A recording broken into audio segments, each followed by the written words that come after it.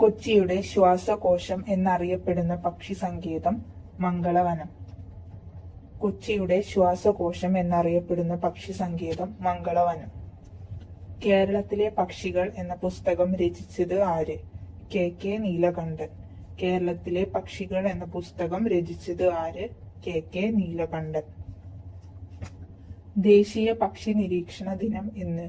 November 12. ദേശീയ പക്ഷി നിരീക്ഷണ ദിനം എന്ന് നവംബർ 12.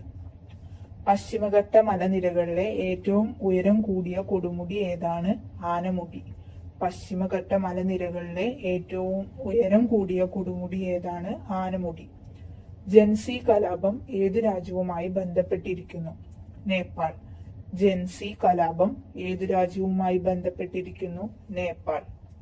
ഉന്നത വിദ്യാഭ്യാസം, സാമൂഹിക നീതി എന്നീ വകുപ്പുകളുടെ ചുമതല വഹിക്കുന്ന മന്ത്രിയാര്? Doctor R Bindu.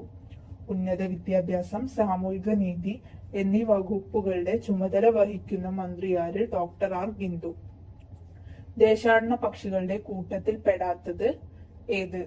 Options: A നാഗമോഹൻ, ഓപ്ഷൻ ബി ഒട്ടകപ്പക്ഷി, ഓപ്ഷൻ സി പൊന്മണൽ കോഴി, ഓപ്ഷൻ ഡി കടുംപച്ച പൊടിക്കുരുവി.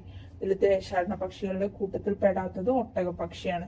നാഗമോഹനും പൊന്മണൽ കോഴിയും കടുംപച്ച പൊടിക്കുരുവിയും ദേശാടന പക്ഷികളാണ്. അടുത്ത ചോദ്യം: യുനെസ്കോയുടെ സാഹിത്യ നഗരം എന്ന പദവി ലഭിച്ച ഇന്ത്യയിലെ ആദ്യ നഗരം? കോഴിക്കോട്. യുനെസ്കോയുടെ സാഹിത്യ നഗരം എന്ന പദവി ലഭിച്ച ഇന്ത്യയിലെ ആദ്യ നഗരം കോഴിക്കോട്.